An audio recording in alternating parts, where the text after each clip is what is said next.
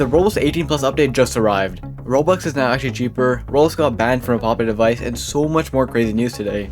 So if you're new, please subscribe and let's get right into it. First, let's start with some drama. More specifically, Pet Simulator X drama, as per usual. But to be fair, this time, it isn't really their fault, you'll see. Firstly, this happened. Hey Preston, what do you think about that? A fake company claiming to be Big Games, that is filing a fake DMCA request to a lot of games recently.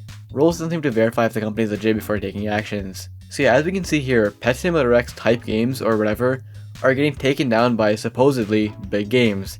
Which at first makes sense. Obviously Big Games is the one who runs Pet Sim X, so this ban would make sense if it's like a DMCA request. But if you look more deeply into this Big Games that's striking them down, it isn't the official Big Games, meaning that someone's actually pretending to be Big Games and acting like them.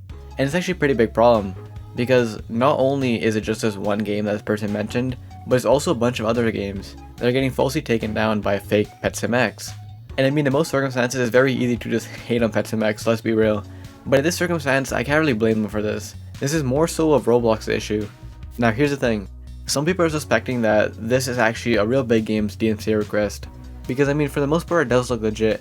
But also, the game they took down doesn't make any sense. Unless I'm missing something and they probably like stole textures or something. It says the game they took down was Anime Racing Clicker, which doesn't really seem to correlate with Pet Sim X at all. And well, for Pet Simulator X, the troubles don't end here.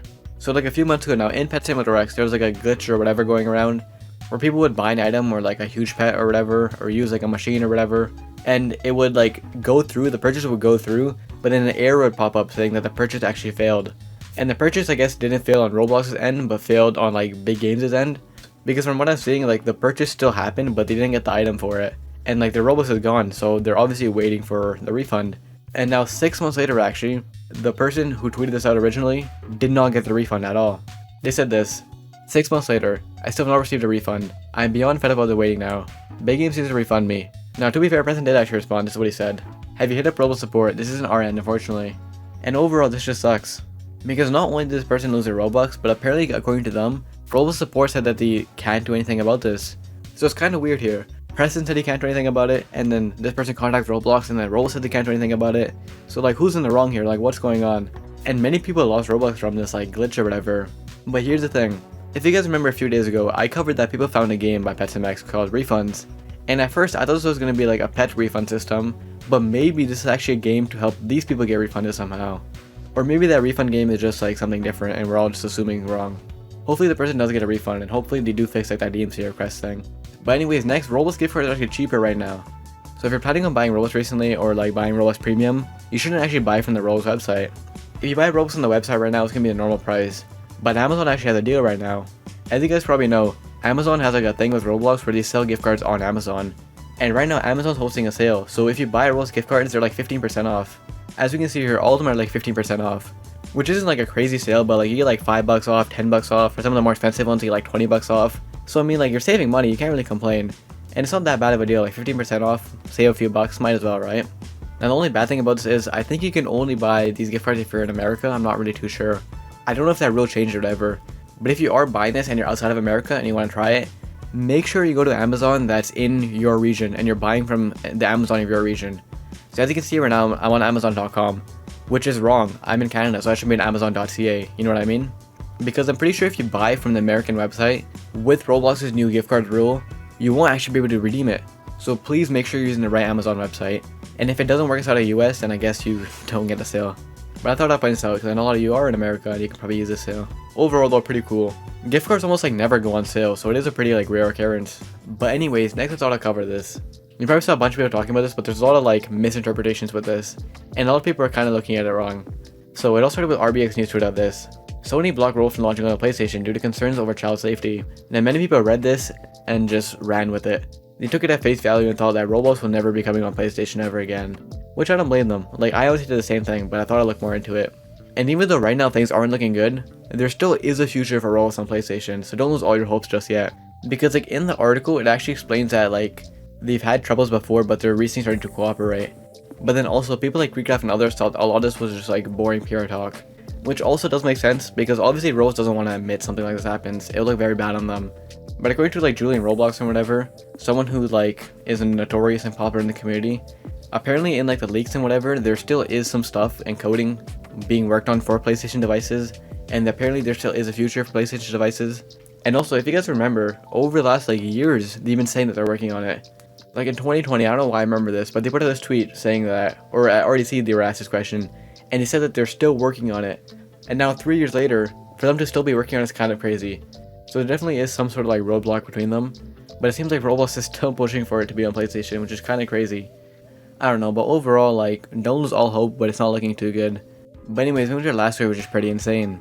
Over the last few like months and like I guess a year or whatever, the big update that people have been waiting for is a 17 plus update. Roblox announced and said that they'll be adding 17 plus games to the platform.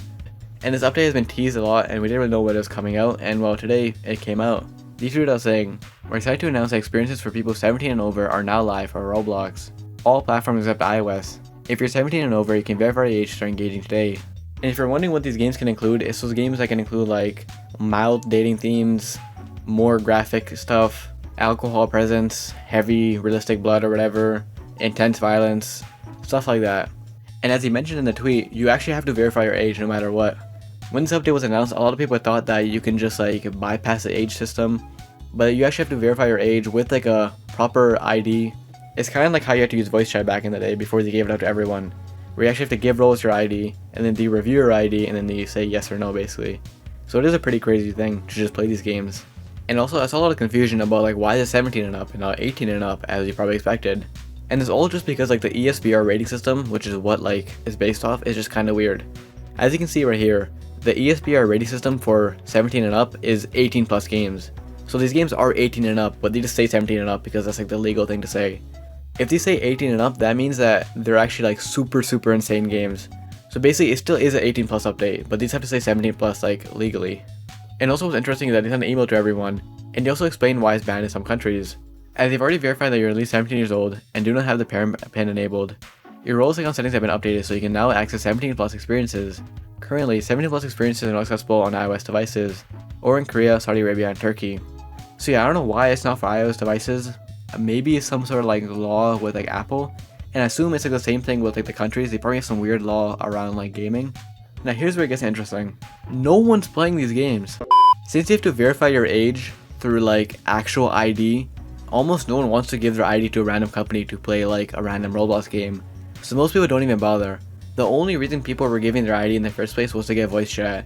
And now that voice chat is just available to everyone without ID, no one actually cares about giving their ID. Most people don't want to give their ID just to play a game. And I'm not even exaggerating when I say no one. If you look at the list right here, they have like a new section. Most of them have 0 players and the top ones have like 20. Like I'm scrolling through this right now and most of them have like no players. There's literally no point for developers to make a game 17 and up.